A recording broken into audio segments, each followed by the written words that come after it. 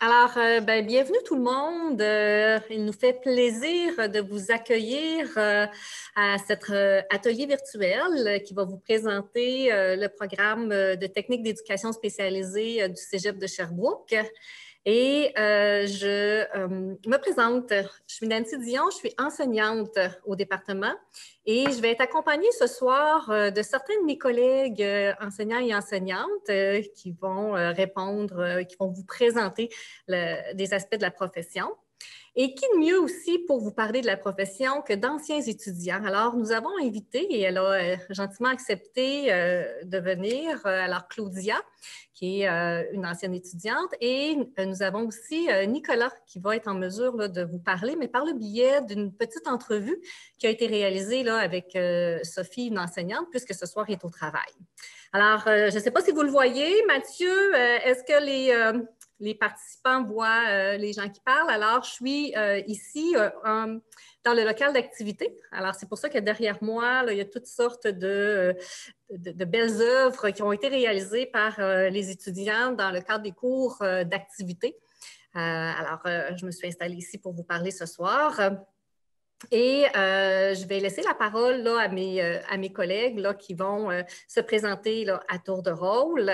Alors, Mathieu, qui va faire la technique ce soir, je te laisse la parole. Oui, merci Nancy. Donc, je suis très content d'être ici ce soir avec vous. Donc, en fait, l'idée ici, c'est que moi, j'enseigne en première année et ce soir, je vais faire la petite technique justement pour la présentation. Je vais passer la parole maintenant à Sophie. Bienvenue tout le monde à cette présentation. Alors, Sophie Jobin, je suis enseignante ici là, dans la plus belle technique du Cégep et je souhaite pouvoir vous rencontrer en vrai là, dans la prochaine année. Je passe la parole à Suzy. Bonjour, je suis Suzy Gobey, je suis enseignante ici au département en troisième année. Pendant la présentation, moi, je vais vous parler des clientèles qu'on peut rencontrer ici dans la pratique, des différents milieux où on peut faire de l'intervention. Puis, je vais aussi vous donner de l'information sur la formation plus spécifique technique. Je passe la parole à Marjolaine. Bonjour! Donc, Marjolaine, moi, ici au Cégep, je m'occupe de trouver des beaux milieux de stage. Puis là, ce soir, mon rôle, en fait, est plus de répondre à vos questions si vous les inscrivez sur le chat. En fait, moi, je vais me faire un devoir d'essayer de vous fournir de courtes réponses, mais surtout de prendre en note là, les questions qui reviennent. Puis, on va prendre un temps à la toute fin pour répondre le mieux possible là, à ces questions-là. Donc, n'hésitez pas à écrire sur le chat. Sur ce, je laisse la parole à Claudia. Bonjour, je suis Claudia, j'ai fait la technique en éducation spécialisée, puis je travaille maintenant en scolaire avec les enfants du primaire qui ont des troubles du spectre de l'autisme et des troubles de l'opposition. Et nous avons aussi invité Steve McKay, qui est un enseignant de la formation générale. Alors, Steve, je te laisse la parole. Bonsoir tout le monde. Merci de m'accueillir. Oui, Steve McKay, professeur de philosophie, et je vais parler de la formation générale des cours des 4 disciplines ce soir. Alors, comme Marjolaine l'a bien précisé, vous pouvez tout au long de la séance là, inscrire vos questions là, dans la petite bulle en dessous, qui est le chat. Donc, par le biais du clavardage, on va prendre en note vos questions. Et à la fin aussi, on va vous remettre une diapositive qui va vous donner les informations nécessaires là, pour contacter des personnes si vous avez d'autres questions sur les admissions ou le programme. Alors, à la toute fin, on vous redonne d'autres coordonnées. Alors, on débuterait notre présentation par l'explication de qu'est-ce que c'est l'éducation spécialisée. Alors, Mathieu nous montre la première diapositive. Alors, l'éducation spécialisée, c'est aider des personnes en difficulté d'adaptation et en appliquant des approches et des interventions dans un contexte de vécu partagé. Alors, on va vous expliquer qu'est-ce que c'est des personnes en difficulté d'adaptation, mais tout d'abord, on tenait à vous préciser et à vous expliquer qu'est-ce que c'est le vécu partagé, qui est vraiment la couleur de notre métier en éducation spécialisée. Alors, j'ai demandé à Sophie de nous présenter cet aspect-là. Alors, oui, merci Nancy. Alors, vécu partagé, je pense que le mot le dit bien, c'est d'aller retrouver les gens dans leur quotidien, c'est d'aller partager des activités de tous les jours avec la clientèle qui est en difficulté afin de pouvoir intervenir, leur permettre à quelque part de se réaliser, d'avoir une réadaptation là, qui est pertinente dans leur milieu. Alors, c'est la beauté de notre travail parce qu'on est dans du concret. On est au cœur de leur réalité, puis on est là à quelque part pour partager simplement des choses qu'on va faire tous les jours avec les gens, comme simplement partager un repas, le préparer, aller faire l'épicerie avec eux. Alors, c'est un travail qui est loin d'être de la routine, qui est plein d'imprévus. Et ce quotidien-là, je pense que c'est un beau plus là, pour faire la différence des gens qu'on veut aider. Et on a demandé aussi à Claudia de vous parler plus concrètement là, dans son travail, comment ça se vit, le vécu partagé auprès de sa clientèle. Donc, le vécu partagé en scolaire, c'est très simple. Je suis avec les enfants 5 jours semaine, du matin au soir. Je les accueille à leur arrivée. Je suis avec eux dans leur routine à tous les jours, dans les bonnes journées, dans les moins bonnes journées. Donc, en fait, ils font partie d'une grande partie de ma vie. Je leur donne énormément de mon temps. Puis, je fais partie de leur quotidien à tous les jours. Bien, merci, Claudia. Et justement, auprès de quelle clientèle? Donc, Claudia nous a parlé là, de sa clientèle en milieu scolaire. Alors, cette clientèle-là qui vit des difficultés d'adaptation, j'ai demandé à Suzy là, de vous présenter la belle grande variété de clientèle qu'on peut côtoyer là, dans le cadre de notre travail. Merci. Donc, l'éducation spécialisée, ça nous amène à intervenir auprès de plusieurs clientèles. Entre autres des clientèles qui présentent des difficultés au niveau de la santé mentale, des personnes qui ont des déficiences physiques, des déficiences intellectuelles aussi, des troubles plus d'ordre neurologique comme le trouble du spectre de l'autisme chez l'enfant, chez l'adulte, des gens qui présentent des problèmes de toxicomanie, de dépendance. On peut travailler avec des familles en difficulté, avec des clientèles immigrantes aussi, ou avec des clientèles plus marginalisées, entre autres des gens qui vivent dans la rue. Donc, on peut intervenir de toutes sortes de façons auprès de ces clientèles-là. Les différents milieux dans lesquels on peut pratiquer, comme Claudia l'a dit, dans les milieux scolaires, mais il y a aussi dans les centres hospitaliers, dans toutes les ressources d'hébergement, les ressources d'hébergement pour personnes âgées, en déficience intellectuelle, avec des jeunes qui présentent des troubles de comportement. On peut intervenir aussi dans des CPE, auprès d'enfants avec des besoins plus particuliers. Puis, dans les organismes communautaires, tout ce qui est les centres de jour puis les activités occupationnelles pour la clientèle. C'est pas mal les milieux puis les clientèles, là, en gros, qu'on peut rencontrer. Alors, comme vous avez pu l'entendre, les possibilités sont très, très variées et les milieux d'intervention sont très, très variés. Alors, on est une profession qui n'est pas routinière et qui nous amène à travailler dans différents types de milieux. Alors, Claudia, est-ce que tu peux nous expliquer, toi, au cours de ta formation, les clientèles auprès de qui tu as eu la chance là, d'explorer la profession? Oui, dans la technique, en fait, on fait 3 stages, puis on est vraiment encouragé à essayer des clientèles qu'on ne connaît pas du tout et qui ne nous attirent pas pour les découvrir un peu. Donc, mon premier stage, je l'ai fait en CHSLD auprès de personnes âgées. C'était pas du tout une clientèle qui m'intéressait, puis c'est pas là que je me suis dirigée professionnellement. Par contre, je suis contente de l'avoir fait, puis j'ai vraiment aimé découvrir c'était quoi le métier d'une TES auprès de ces gens-là, puis j'ai appris beaucoup de choses. Mon deuxième stage, je l'ai fait en CPE, qui encore une fois était pas nécessairement la clientèle vers laquelle je pensais me diriger, et j'ai finalement eu un coup de cœur incroyable pour le groupe d'âge 0-5 ans. J'ai vraiment aimé mon expérience. J'ai été très bien accueillie par l'équipe. Et mon dernier stage, je l'ai fait au CRDI-TED avec des enfants, encore une fois, 0-5 ans, avec des troubles du spectre de l'autisme. Dans le fond, mon travail était d'aller dans les familles de ces enfants-là, faire de la stimulation au niveau du développement et le développement de compétences parentales. C'était un stage en or. Puis toutes les expériences que j'ai accumulées à ce niveau-là, je les utilise aujourd'hui. Bien, merci beaucoup, Claudia, pour ce beau témoignage. Alors, plus concrètement, qu'est-ce que fait un éducateur spécialisé dans ces tâches? On vous a préparé une deuxième diapositive. Alors, l'éducateur spécialisé établit tout d'abord une relation significative là, avec sa clientèle par le biais de ses attitudes, par le biais du vécu partagé. Alors, tous les moments qu'on passe avec notre clientèle, on établit une relation significative. Ensuite de ça, on met en œuvre un processus clinique là, qui débute par de l'observation. Alors, on apprend dans le cadre de la formation, à bien observer le comportement humain, à relever des caractéristiques et à analyser toutes ces caractéristiques-là pour essayer de comprendre le sens du problème de la personne et de mettre en place par la suite toutes sortes de stratégies, de moyens pour l'aider à diminuer les problèmes d'adaptation que la personne présente. Alors, on prend le temps de bien cerner les besoins, de fixer nos objectifs. On peut aussi intervenir par le biais d'activités. Alors, on peut préparer et animer des activités d'adaptation, de réadaptation pour aider nos clients. Et tout au long de la technique aussi, on vous apprend des techniques d'intervention pour justement aider là, les personnes à mieux fonctionner là, dans leur environnement. Alors, en gros, c'est les tâches qu'un éducateur spécialisé là, va déployer là, tout au long là, de sa semaine de travail.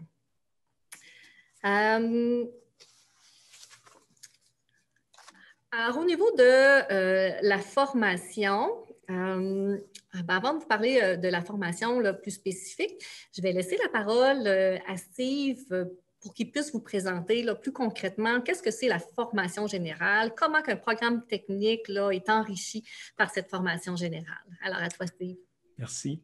Lors de la création des cégeps, un début qu'on avait, c'était d'offrir aux techniciennes, aux futurs techniciennes et techniciens, une formation qui était complète, une formation de qualité. En plus d'une formation dans leur discipline spécifique, dans votre cas, technique d'éducation spécialisée. Il y a un ensemble de cours qui appartiennent à la formation générale, qui sont des cours obligatoires, qui vont vous donner l'opportunité de développer d'autres aspects, d'autres compétences importantes, oui, dans votre métier, mais aussi pour être de bons citoyens, des gens qui sont en mesure de réfléchir, de communiquer, de penser, d'apprécier des œuvres d'art, d'apprécier aussi l'activité physique. Il y a 4 disciplines qui constituent la formation générale. Il y a d'abord langue moderne ou anglais pour être plus précis. Vous aurez 2 cours d'anglais obligatoires qui vont vous permettre de développer vos capacités de communication en anglais et aussi de lecture. Il va y avoir 3 cours d'éducation physique et de santé. Ces cours-là vont vous permettre non seulement de vous amuser, de continuer à faire du sport, ce qui est important, un esprit sain dans un corps sain, mais aussi d'apprendre, de développer des compétences pour avoir de meilleures habitudes de vie, une meilleure alimentation, des choses de ce genre-là. Il y a 4 cours de français qui ne sont pas simplement ou uniquement ou principalement, je devrais dire, des cours où vous allez apprendre de la grammaire. Non, c'est plutôt des cours où vous allez développer votre capacité d'apprécier des œuvres littéraires, soit du domaine québécois ou de la francophonie plus largement. Mais évidemment, à travers tout ça, vous allez développer vos capacités de communication orale et écrite. Et finalement, ma discipline, la philosophie, 3 cours. Il y a des cours qui vont vous amener à vous questionner sur des grands enjeux philosophiques. Qu'est-ce que la connaissance? Qu'est-ce que l'être humain? Mais aussi, il va y avoir un cours spécifique à votre famille de programmes où vous aurez l'opportunité de réfléchir à des enjeux éthiques qui sont soulevés par votre futur travail. À ça va se greffer 2 cours complémentaires également qui font partie de la formation générale. Chose que je veux mentionner, puis ça aussi, ça fait partie de l'idéal derrière la création des cégeps. Dans vos cours de formation générale, vous allez être mélangé avec des gens de toutes les disciplines, de tous les programmes, que ce soit des techniques ou préuniversitaires. C'est une belle opportunité de rencontrer des gens, de penser, de réfléchir et de s'assurer que vous continuez à cheminer. Voilà. Merci beaucoup. Steve, alors maintenant, on peut vous parler de façon un petit peu plus particulière là, de la technique en éducation spécialisée. Donc, dans une session, dans un horaire à chaque semaine, bien, il y a des cours de formation générale et des cours de formation spécifique. Alors, Suzy, à toi de nous parler un peu de la formation spécifique. Oui, alors le programme s'étend sur 3 ans. Première année, les cours sont principalement centrés sur le développement d'habiletés en animation de groupe et le développement d'activités et les habiletés de communication. La 2e année de formation, on commence à explorer un peu l'intervention, puis on va développer les habiletés de relation d'aide qui sont essentielles pour travailler avec des gens en difficulté. À la fin de la deuxième année, la deuxième moitié de deuxième année et le début de la troisième année, vous allez être introduit à plusieurs cours clientèle, donc qui vont toucher diverses clientèles, celles que je vous ai nommées entre autres tout à l'heure. Vous allez y apprendre les particularités de chacune d'elles, mais aussi les façons d'intervenir, les types d'approches qu'on utilise auprès de chacune d'elles qui sont diversifiées. Puis il faut savoir aussi qu'à chaque année, vous avez un stage. Claudia en a parlé plus tôt. Donc, la première année, c'est un stage de 4 heures par semaine. La deuxième année, un stage de 2 jours et demi semaine. Puis la troisième année, à la dernière session, vous finissez avec un stage presque à temps plein de 4 jours semaine. Si vous avez des questions sur les cours plus spécifiques, vous pouvez consulter le site web du Cégep sous l'onglet Éducation spécialisée. Voilà. Merci beaucoup, Suzy. Alors, ce programme-là est donné dans plusieurs autres cégeps. Alors, pourquoi choisir le Cégep de Sherbrooke? Alors, on croit beaucoup avoir développé une formation très pratique par le biais des stages, par le biais des cours projets. Alors, on croit vraiment vous amener à développer votre confiance pour acquérir les compétences, autant le savoir-faire que le savoir-être et le savoir. Et ce qui fait que à la fin du parcours, lorsque vous êtes prêt à rentrer sur le marché du travail, on considère vraiment que votre formation elle a été assez concrète pour que vous soyez bien préparé à entrer sur le marché du travail. Autre particularité, je vais laisser Suzy vous parler de l'équipe des enseignants. Oui, bien, en fait, toute l'équipe de travail ici, on est tous des enseignants qui avons une expérience d'intervention derrière nous. Donc, on était tous des intervenants avant de venir enseigner. Je pense que nos formations sont très variées aussi. Il y en a qui sont en travail social, il y en a qui sont en psychoéducation, il y en a qui sont en adaptation scolaire. Donc, ça teinte un peu la couleur de l'enseignement qu'on donne ici. Je pense qu'on est des enseignants qui sont très disponibles pour les étudiants, puis on a vraiment à cœur votre réussite, mais aussi votre bien-être. Donc, on est très présent, très soucieux que ça se passe bien pour vous, tant au plan académique que personnel. Je pense que ça, c'est un peu le propre de notre équipe de travail. Merci, Suzy. Alors, Claudia, est-ce que tu veux nous parler, toi, avec ton regard d'ancienne étudiante, qu'est-ce que tu as apprécié de ton passage ici à notre département à Sherbrooke? Oui, moi, j'ai adoré ma formation. Ce que j'ai aimé, en fait, c'est que les sessions où on n'avait pas de stage, on avait quand même un contact clientèle avec un projet qu'on allait faire dans un milieu. Donc, j'ai pu toucher à une clientèle de francisation. J'ai fait un projet au centre jeunesse dans l'unité de détention. Puis, j'ai fait un projet avec un adulte avec une déficience intellectuelle aussi. Donc, j'ai vraiment exploré énormément de clientèle avant de faire mon choix pour ma vie professionnelle. Puis, je me suis fait tout un bagage, autant au niveau de l'expérience qu'au niveau des contacts, même dans le réseau. Puis, quand on dit que la formation est concrète, moi, tous les jours, j'utilise des techniques d'intervention très, très, très concrètes que j'ai appliquées dans mes cours. Je me souviens d'exemples que les profs donnaient, que maintenant, je revois ces exemples-là dans mon travail. Je me dis, ouais, ils nous ont parlé exactement de ce cas-là. Je me sens extrêmement préparée. Puis, à tous les jours, je réutilise les notions que j'ai apprises. Donc, c'est vraiment basé là, sur ce qu'on va avoir à utiliser. Alors, on est bien content de savoir que notre enseignement est concret et t'a bien préparé là, à entrer sur le marché du travail. Le marché du travail, là, comme on l'a dit, là, qui s'offre à vous là, avec une variété de clientèle. Alors, d'où là, ce que tu nous as redit, l'importance pendant la formation d'explorer, de découvrir là, une variété de clientèle pour bien se préparer. Puis, comme tu l'as bien mentionné aussi, pour les découvrir, on peut arriver avec une idée préconçue de moi, je veux être éducateur spécialisé auprès de telle clientèle, mais tu vois, cette exploration-là amène des fois des belles découvertes et une ouverture là, à d'autres clientèles. Une autre particularité à Sherbrooke, c'est, comme Suzy vous l'a mentionné, dans le dernier stage, bloc de 32 heures semaine, il y a la possibilité d'aller faire des stages un peu plus loin que Sherbrooke. Alors, soit en région éloignée, on a déjà eu des étudiants qui sont retournés aux îles de la Madeleine faire leur stage. Ça peut être dans une région éloignée, là, au Québec, mais ça peut être aussi là, à l'étranger. On a eu des étudiants qui ont fait un stage en Afrique. Alors, ce stage bloc-là vous permet, si vous souhaitez, si vous souhaitez aller un peu plus loin, vous offre cette possibilité-là. Alors, on a interviewé Nicolas qui vous parle de son expérience qu'il a vécue dans le Grand Nord pour son dernier stage bloc et on lui a fait aussi parler de ce que ça veut dire le vécu partagé là, dans un autre contexte. Alors, Nicolas, ancien étudiant de la technique qui maintenant travaille au Centre jeunesse et comme je l'ai mentionné ce soir, vous ne pouvez pas être disponible en live. Bien, salut Nicolas. Alors, je vous présente Nicolas Gervais, qui est un de nos super étudiants là, qui a terminé la formation là, il y a 3 ans. Yes. Fait que Nicolas a accepté, dans le fond, de venir vous parler un peu. Là, Nancy vous parlait du stage à l'international.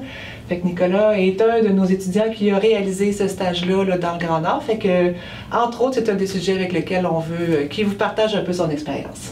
En fait, rapidement, c'est un stage que j'ai adoré faire. C'est un stage qui a été quand même difficile à la fois, mais vraiment passionnant. C'est un stage où tu vas te dépasser. Tu dois faire les capacités d'adaptation face à la culture, Il y a plein de choses que je trouve un peu insensé ici. Ben, je le vivais là-bas, puis je me suis ouvert à leur méthode éducative parce que j'étais en centre jeunesse là-bas. J'ai pu explorer leur culture, leur village. C'est vraiment un stage. C'est ça que j'ai trouvé quand même difficile, là, mais on a du support des enseignants, j'ai été appuyé tout le long. Puis je pense que après de l'avoir complété, j'étais vraiment fier de l'avoir. Fait que c'était ton stage final. Stage final. Où tu es parti pendant plusieurs mois là, à Salouit, là, dans un centre jeunesse de Salouit, là, pour faire le rôle d'un éducateur spécialisé. Exactement. C'était quand même une belle réussite. Je pense que tu peux sortir avec grandi cette expérience-là aussi. Ouais. Une autre chose, on vous a parlé un peu du contexte de vécu partagé. Nicolas, peut-être ce serait fun que tu en parles pour qu'il voit un peu comment concrètement actuellement dans ton travail ça peut se vivre, ça, le vécu partagé. Avec ce que tu fais présentement, peut-être de présenter un peu ton rôle d'éducateur spécialisé aujourd'hui, ça ressemble à quoi? En fait, je suis au Centre jeunesse de Sherbrooke, donc mon travail, c'est vraiment de vivre au quotidien avec les jeunes, que ce soit du lever jusqu'au coucher. On fait plein d'apprentissages, on doit au niveau de l'hygiène, au niveau des habiletés sociales. C'est des jeunes qui sont quand même assez, je dirais, un peu poqués de la vie, donc c'est vraiment de les reprendre où ils sont, de les apaiser pour ensuite faire de l'enseignement puis de l'éducation avec eux. C'est vraiment quelque chose que j'adore. On est un peu leur famille, parce qu'eux, soit qu'ils n'ont plus de parents dans le décor, soit qu'ils attendent une famille d'accueil, soit que c'est bien compliqué, donc on essaie vraiment de les prendre où ils sont. Moi, c'est ça que j'aime, puis qu'on peut voir un apprentissage, même si c'est une petite chose, c'est des petites réussites. Puis aussi au niveau de la distance émotive, c'est vraiment important vu que c'est des jeunes on a à cœur, qu'on veut les aider, mais qu'il faut se dire qu'on a des limites, on a une vie personnelle, c'est vraiment de savoir faire le juste milieu. Puis, mais c'est vraiment un milieu que j'adore. C'est un milieu où j'ai l'impression que tu n'as pas beaucoup de routine. Là. Chaque jour ne doit pas ressembler toujours à la même chose. Exact. On sait qu'on a une horaire sur le tableau, mais ça peut souvent bouger dépendamment qui est en forme, puis qui ça leur tente de s'opposer là, à la routine. Donc, c'est vraiment de l'adaptation. C'est vraiment pas se dire, c'est sûr, si toi t'aimes un horaire fixe, puis dire, moi je suis sécure, ben c'est pas ça qui va arriver souvent. Mais on vit des très beaux moments, et juste écouter la télévision le soir, puis ils sont tous assis, puis c'est tranquille, puis ils sont bien. Ben ça, c'est des petits moments qu'on dit, crème, dans la vie de tous les jours de notre famille, ça serait banal, mais pour eux, un moment avec un adulte, écouter la télévision, c'est ça que j'aime, c'est des petits moments qu'on peut les rendre agréables pour eux. C'est beau. C'est un beau passionné.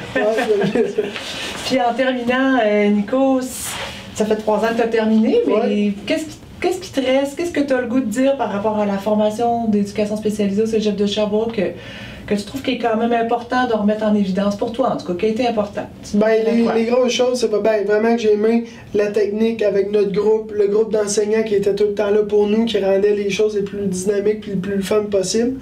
Ça a été un plus, c'est sûr. Puis au niveau de la clientèle, on a eu la chance d'avoir je pourrais pas dire une panoplie de clientèle, que ça passe à petite enfance, ça passe aux personnes âgées, des IT et ça. Fait que j'ai adoré qu'on avait, tu sais, chaque personne est différente, donc il faut pas avoir peur d'essayer plusieurs clientèles, même si ça vient pas nous rejoindre, je pense que c'est le moment, la technique pour le tester, parce que par la suite, après ça, tu vas avoir la chance. Mais là, tu vas faire un petit stage quelques mois au début, fait qu'on commence avec les clientèles qu'on est moins à l'aise, puis je pense que tu découvres des petites passions, des trucs qui pourraient t'allumer puis dire que j'aime vraiment ça. Donc c'est vraiment une technique que je recommande, puis même si on est de la difficulté au niveau académique, ben, c'est une technique, je pense, qui se fait bien puis que vous êtes là pour nous aider. Merci. Je vous avais dit que c'était un beau passionné. Ouais. Je pense qu'il le reflète bien. Ouais. Et que, ben, au plaisir de se retrouver dans un autre contexte, mon beau Nico. Yes, merci beaucoup. Bye-bye. Alors, à travers ces témoignages-là, on espère vous avoir convaincu que le Cégep de Sherbrooke, c'est un bon choix pour venir étudier en technique d'éducation spécialisée si c'est le métier que vous souhaitez faire. Alors, si vraiment ça t'intéresse, le métier, j'ai demandé à Sophie de vous expliquer quelles sont les qualités, quels sont les aspects plus personnels qu'on doit avoir si on est intéressé par le métier. Vous avez bien compris, je pense que c'est une technique où on doit aimer l'humain, on doit aimer être en relation avec l'humain aussi dans toutes ses couleurs, dans toutes ses forces et ses difficultés. Alors, l'éducation spécialisée, je pense, nous demande de travailler avec la différence et de travailler, je pense, à accepter aussi la différence des gens avec lesquels on travaille parce que je pense que notre clientèle est parfois peut-être difficile, peut-être va nous remettre en question, va nous faire rencontrer des limites, mais va aussi nous apporter tout un cadeau de par la sensibilité, de par l'humain qui va être en cheminement, qu'on va pouvoir aider aussi, qui va être important. Alors, je pense que ces qualités-là sont importantes, mais aussi, on doit être capable d'adaptation. Je pense que vous voyez un peu, encore une fois, dans ce qu'on vous a présenté, qu'on a peut-être à s'ajuster, on a peut-être à ne pas faire face à des choses qui sont très routinières et on peut faire face à des imprévus. Mais des fois, des beaux imprévus, mais ça va nous demander d'avoir une bonne capacité d'adaptation et une capacité de s'engager aussi. Je pense à un engagement de cœur, un engagement aussi qui va être vrai parce que les gens qu'on va accompagner, c'est des gens qui vont avoir besoin, je crois, là, qu'on soit présent pour vrai avec eux. Et je pense que la qualité de l'engagement est quelque chose d'important. Je trouve ça important aussi de dire, peut-être qu'on peut voir toutes ces qualités-là comme exigeantes, mais dites-vous qu'on est soucieux de vous accompagner à développer ces compétences-là au fur et à mesure de la technique, en travaillant la connaissance de vous. Et c'est des choses qui vont s'apprendre graduellement aussi. Puis on va être là pour vous accompagner. Voilà. Merci, Sophie. Alors, Mathieu va nous présenter une diapositive où vous allez retrouver les informations, qui contacter si vous avez des questions sur le plan de l'admission. Et si vous avez des questions sur le programme d'études, les cours, le cheminement, je suis là parce que je suis aussi coordonnatrice du programme. Alors, vous avez nos coordonnées à Karine Aubé et à moi sur la diapositive qu'on vous présente à l'instant et on va vous la remettre aussi là, à la fin de la présentation, une fois qu'on aura répondu à vos questions.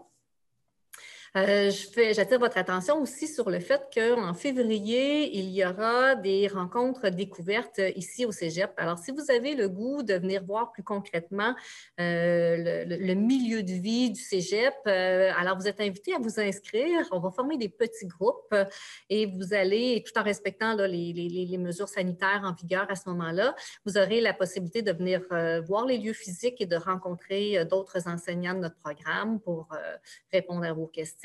Alors, surveillez sur le site du Cégep de Sherbrooke, là, dans l'onglet Porte ouverte, vous allez avoir dans les prochaines semaines l'information pour vous inscrire à ces rencontres découvertes là, qui auront lieu en février.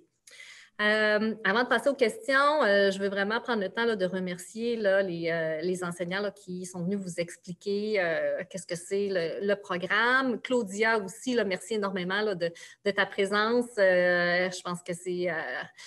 comme je le disais tantôt, d'entendre une ancienne étudiante vous parler et peut-être vous dire aussi là, que l'éducation spécialisée, là, actuellement, c'est un métier dont les perspectives d'emploi sont très favorables. Alors, Claudia a terminé récemment et elle a de l'emploi à temps plein dans une commission scolaire. Nicolas est engagé au centre jeunesse. Alors, c'est des bonnes années pour la profession. C'est très favorable. Alors, merci aussi là, à Steve là, d'être venu nous présenter là, la formation générale. Est-ce que du côté des questions, Marjolaine, est-ce qu'il y a des choses qui sont entrées? Est-ce qu'il y a des questions? Oui, il y a des petites questions qui sont entrées.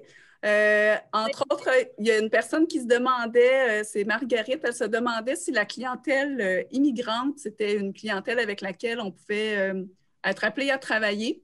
Je ne sais pas si vous avez des exemples de milieux où on retrouve cette clientèle. Suzy? Oui, moi, je peux répondre. Moi, présentement, à cette session-ci, j'offre un cours projet aux étudiants de troisième année. J'ai plusieurs étudiants qui font leur projet avec les classes de francisation ici au Cégep. Donc, ce qu'ils font, c'est qu'ils accompagnent les personnes immigrantes qui parlent peu français dans des activités de la vie quotidienne, dans de l'organisation, que ce soit les aider à inscrire leur enfant à l'école, que ce soit les aider à aller faire une épicerie, les aider aussi juste à parler, fait que faire des échanges avec eux pour améliorer leur français. Donc, oui, on peut travailler avec la clientèle immigrante facilement. Puis ça, c'est un exemple que je donne ici parce qu'il y a aussi des organismes communautaires en lien avec la clientèle immigrante. Puis, vous pouvez travailler là aussi. Oui, donc, en fait, on la retrouve à plusieurs endroits. On a certaines écoles aussi qui ont une forte proportion de clientèle immigrante. On a aussi des programmes avec le CLSC aussi où on travaille beaucoup avec des familles immigrantes. Donc, oui, Marguerite, pour répondre à ta question. Sinon, j'avais quelques questions au niveau des admissions, si c'est un programme qui est contingenté. Donc là, moi, j'ai sous les yeux là, les données des dernières années, mais je vais aussi vous référer à un endroit là, si parmi vous, il y a d'autres personnes qui ont besoin, là, qui ont plusieurs questions sur l'admission. Donc, dans un premier temps, oui, c'est un programme qui est contingenté. Dans les dernières années, là, on parlait là, aux environs de 160 demandes d'admission, puis 108 avaient été admis. C'est pas mal les chiffres là, des dernières années, mais pour avoir là, des données là, vraiment là, à jour, vous pouvez consulter le site qui est indiqué dans le chat. Je l'ai indiqué, là, je l'avais envoyé je vais vous dire ça. À Naïla, donc c'est la même adresse que vous pouvez aller voir, www.cégeps-sherbrooke.ca/fr/admission. Il y a plein d'infos sur les admissions là-dessus et vous pouvez vous référer à Karine Aubé aussi sur l'autre diapo. Sinon, on me demandait aussi comme autre question, ça pouvait être quoi les suites après l'éducation spécialisée? Certains m'ont parlé de psychologie. Est-ce que c'est possible d'aller directement en psychologie après la technique en éducation spécialisée? Peut-être pour répondre, on a beaucoup de nos étudiants là, qui souhaitent poursuivre à l'université par après. Et il y a plusieurs possibilités, alors que ce soit la psychoéducation, qui est une profession dans le même champ professionnel que l'éducation spécialisée. Alors, quelqu'un qui a découvert que, la profession l'intéresse et que poursuivre des études et dans les options, bien, la psychoéducation, c'est en lien direct avec l'éducation spécialisée. Mais on a aussi des étudiants qui se dirigent en enseignement, en adaptation scolaire, par exemple, ou en service social. Alors, il y a plusieurs possibilités. Il s'agit à ce moment-là d'aller vérifier auprès de chacun de ces programmes-là d'études à l'université s'il y a des préalables, par exemple, un cours de mathématiques en statistique. Et si vous avez cet intérêt-là de poursuivre, les aides pédagogiques individuelles peuvent regarder avec vous dans votre cheminement là, où insérer un cours qui serait à ce moment-là un préalable à un cours universitaire. Alors, j'espère que ça répond à la question, mais oui, on le voit régulièrement, des étudiants qui souhaitent poursuivre, mais de faire la technique, souvent ce qu'on entend, c'est ben oui, c'est motivant parce qu'on apprend concrètement un métier. Quand on termine la technique, on a un diplôme terminal dans un travail, on peut aller directement sur le marché de l'emploi, mais on peut aussi continuer les études dans un autre domaine connexe. Est-ce qu'il y a d'autres questions? Bien, en lien avec ça, j'avais la question au niveau de la psychologie. Donc, effectivement, là, comme Nancy, tu le mentionnais, ça sera à vérifier des préalables parce que souvent, il y a des cours comme les statistiques, des cours de mathématiques qui ne sont pas reliés, qui ne sont pas offerts automatiquement là, dans notre technique. Donc, ce serait à aller vérifier. Sinon, on me demandait si pour la technique en si on veut poursuivre après la technique et aller en psychoéducation, est-ce que nos cours sont reconnus? Est-ce qu'on peut avoir des crédits à ce niveau-là?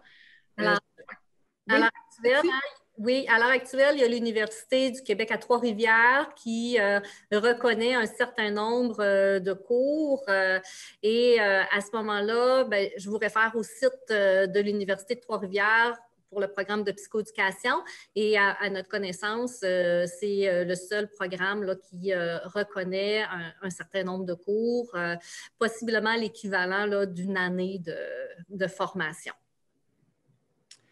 J'ai une autre question qui concerne, en fait, à savoir si notre technique se donne en ligne ou se donne davantage en présentiel. Donc, elle se donne davantage en présentiel. Sophie, peut-être que tu pourrais parler aussi du fait que l'importance du contact qui est présente beaucoup au sein de notre technique. Donc, je te laisse la parole. On est très soucieux d'apporter justement ce contact-là en présence, compte tenu, je pense que je vous expliquais tantôt, le côté humain de notre technique puis l'importance d'être en relation. On a aussi des cours comme des cours d'animation, des cours qui sont vraiment des cours qui nous demandent de vous voir créer des choses, animer des groupes et des clientèles. Alors, on a la possibilité, en tout cas cette session-ci, on a été le plus possible là, en présence avec vous, avec évidemment des mesures que le Cégep nous donne sécuritaires en divisant nos groupes pour avoir moins d'étudiants à la fois et des mesures qui assurent, je pense, au niveau de la santé publique, qu'on ne se mette pas en danger, mais qu'on garde le contact avec vous. Et je pense qu'on est tous des enseignants soucieux de ce côté-là et on souhaite, tant que c'est possible, et Steve aussi, tant que c'est possible, on souhaite garder ce contact-là avec vous pour vous partager justement nos connaissances en vrai. On trouve ça important. Je peux juste faire du pouce là-dessus. C'est la même chose en formation générale. On considère qu'il faut maximiser les opportunités de rencontrer les étudiants parce que aussi agréable et plaisant et utile que peut être la technologie, il y a des choses qui se passent en classe, où on peut avoir une communication directe. Et puis, je pense qu'au Cégep de Sherbrooke, plus généralement, c'est l'attitude, la stratégie pour les prochains mois aussi de favoriser autant que c'est possible l'enseignement présentiel.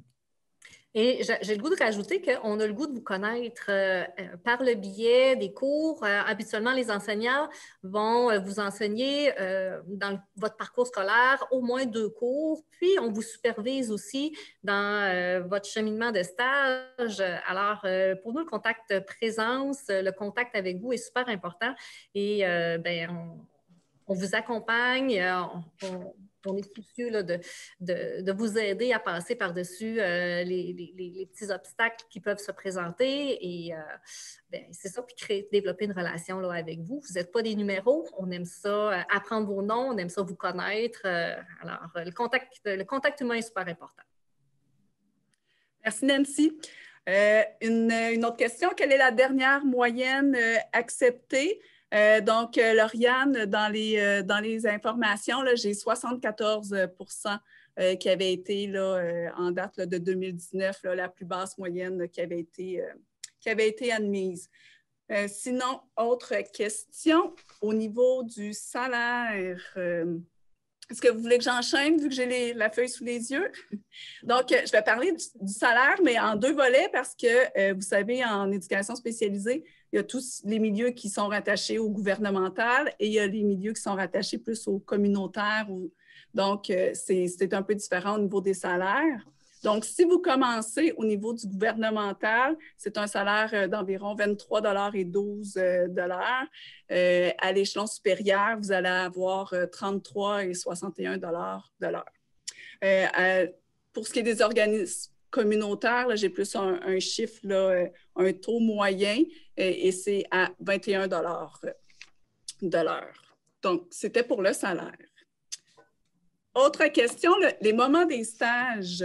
On me demandait si ça se passait sur une année complète, sur une session seulement, quelques semaines. Donc, je ne sais pas, Suzy, si tu veux parler des 3 stages là, et dire là, le nombre. Oui. Le premier stage a lieu à la 2e session, donc à la session d'hiver. C'est un stage de 4 heures par semaine, donc un petit peu plus qu'une demi-journée. Le deuxième stage a lieu tout de suite la session suivante, à la session 3, donc à l'automne. À ce moment-là, c'est un stage de 2 jours et demi par semaine. Les stages sont toujours étalés sur 12 semaines, si je me trompe pas. 12 semaines 15 pour le semaines, stage 1, puis 15 semaines pour les autres. Puis le stage 3 a lieu à la 6e session, donc la dernière session, où là, c'est vraiment un stage soit du lundi au jeudi ou soit du mardi au vendredi. Il y a une journée avec un cours qui va là aussi, mais c'est vraiment comme ça. Fait que vous avez un stage par année, puis à chaque année, le stage s'étale sur une session. Excellent. Merci, Suzy. Je crois avoir répondu à la majorité des questions. Est-ce qu'il y a d'autres personnes qui voudraient écrire des questions auxquelles on n'a pas répondu? Alors, comme je le mentionnais aussi, là, il y a possibilité là, de contacter. Je ne sais pas si, Mathieu, tu peux remettre les coordonnées de la dernière diapositive. Ici, au Cégep, les cours de soir, au niveau de la formation technique, ça se passe principalement le jour. Il pourrait y arriver, hein, Steve, dans la formation générale, quelques cours peuvent être placés en soirée, mais au niveau de la formation technique, c'est uniquement de jour. Peux-tu ajouter quelque chose, Steve? C'est plutôt rare les cours du soir en formation générale, mais il y a des parcours, je dirais, atypiques qui font en sorte que pour assurer le cheminement, il faut que les cours aient lieu le soir, mais la très, très grande majorité, 99,9% des cours sont le jour. Parfait, merci. Alors, je pense qu'il y a un atelier virtuel qui va suivre le nôtre. Et si vous avez des questionnements sur les cours, vous pouvez aussi aller sur le site Internet. Dans notre onglet « Éducation spécialisée », tous les cours sont mentionnés et vous pouvez cliquer sur chacun de ceux-ci pour une brève description. Vous allez retrouver aussi la monographie là, qui vous permet de voir à chacune des sessions quels sont les cours de formation générale et de formation spécifique là, qui constituent la session. Alors, ces informations-là sont disponibles là, sur le site Internet du Cégep sous notre onglet. Alors, encore une fois, là, je remercie les enseignants qui ont présenté ces informations-là. Merci à nos étudiants, nos anciens étudiants, qui sont maintenant des éducateurs spécialisés. Et je vous remercie de votre présence ce soir en espérant qu'on ait répondu à la majorité de vos questions, qu'on vous ait donné suffisamment d'informations pour piquer votre curiosité, piquer votre intérêt. Et on espère là, vous avoir dans nos classes à partir de septembre prochain là, pour constituer notre prochaine cohorte. Alors, je vous souhaite une belle fin de soirée, bonne continuation dans votre exploration professionnelle et au plaisir de vous revoir. Bye! Bye! Bonne soirée!